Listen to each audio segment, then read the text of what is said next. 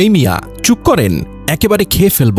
একজন সংসদ সদস্যের মুখে এমন কথা শোনার পর স্বাভাবিকভাবেই অনেকেই অবাক হয়েছেন।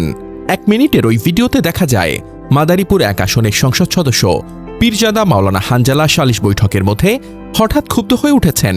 টেবিল চাপড়ে তিনি একজন বিএনপি কর্মীকে উদ্দেশ্য করে বলছেন, এই মিয়া চুপ করেন, একেবারে খেয়ে ফেলব। চুপ করেন, আমি আসছি বিচার করার জন্য, কাউন্টার দিলে আমি দিব।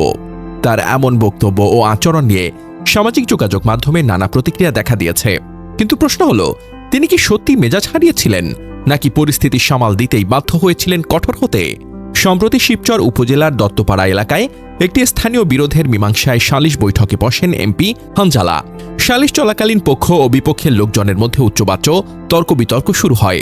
পরিস্থিতি ক্রমশ উত্তপ্ত হয়ে উঠলে এমপি হানজালা মেজাজ হারিয়ে ফেলেন এবং উত্তেজিত হয়ে দুই পক্ষকেই কঠোর ভাষায় শাসিয়ে থামান। ভিডিওতে দেখা যায় এমপি টেবিল চাপড়িয়ে এবং উচ্চস্বরে বলছেন, পরিস্থিতি নিয়ন্ত্রণে আনার চেষ্টা করছেন। এক পর্যায়ে তিনি একজনকে উদ্দেশ্য করে কড়া ভাষায় ধমক দেন, যা ভাইরাল ভিডিওতে স্পষ্টভাবে ধরা পড়েছে। ঘটনার পর এমপি হানজালা বলেন, সালিশ বৈঠকে দুই পক্ষ যখন নিজেদের মধ্যে ঝগড়া শুরু করে দিয়েছিল, তখন পরিস্থিতি শান্ত করতে এবং তাদের নিবৃত করতেই আমি কিছুটা উত্তেজিত হয়ে পড়েছিলাম। তবে সালিশটি পরবর্তীতে অত্যন্ত সুন্দরভাবে সম্পন্ন হয়েছে এবং উভয় পক্ষই রায় মেনে নিয়েছে। নেটিজেনদের মিশ্র প্রতিক্রিয়া। ভিডিওটি ভাইরাল হওয়ার পর সামাজিক যোগাযোগ মাধ্যমে মতামত দুই ভাগে বিভক্ত হয়ে পড়েছে। সমালোচকরা বলছেন, একজন জনপ্রতিনিধি হিসেবে এমপির আরও ধৈর্যশীল, নমনীয় ও সংযত হওয়া উচিত ছিল। উত্তেজিত হয়ে কথা বলা তার মর্যাদার সাথে সামঞ্জস্যপূর্ণ নয়। সমর্থকরা বলছেন, বিশৃঙ্খলা পরিস্থিতিতে কঠোর অবস্থান না নিলে সালিশ ভেঙে যেতে পারত। তিনি জনগণের শান্তি চেয়ে এমন পদক্ষেপ নিয়েছেন। পীরজাদা হানজালা কে? পীরজাদা সাইদুদ্দিন আহমদ হানজালা বাংলাদেশ খেলাফত মজলিসের নেতা।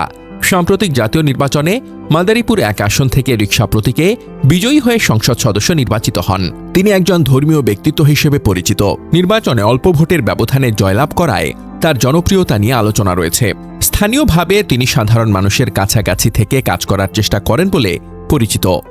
বাংলাদেশের গ্রামীণ এলাকায় সালিশ বৈঠক এখনও একটি গুরুত্বপূর্ণ বিরোধ নিষ্পত্তির মাধ্যম। এমপিরা প্রায়ই এসব বৈঠকে উপস্থিত থেকে সমাধান দেন। তবে এ ধরনের বৈঠকে উত্তেজনা সৃষ্টি হওয়া নতুন নয়। বিশেষজ্ঞরা বলছেন, জনপ্রতিনিধিদের এমন পরিস্থিতিতে আরও বেশি ধৈর্য ও কূটনৈতিক দক্ষতা দেখানো উচিত, যাতে তাদের ইমেজ ক্ষুণ্ণ না হয়। এ ঘটনা নিয়ে স্থানীয় নেতাকর্মীদের মধ্যেও আলোচনা চলছে।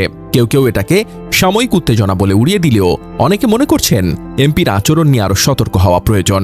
এমপি হানজালার কাছে প্রত্যাশা, তিনি একজন ধর্মীয় নেতা ও জনপ্রতিনিধি হিসেবে আরও সংযমী ও মর্যাদাপূর্ণ আচরণ করবেন, যাতে জনগণের আস্থা আরও বৃদ্ধি পায়।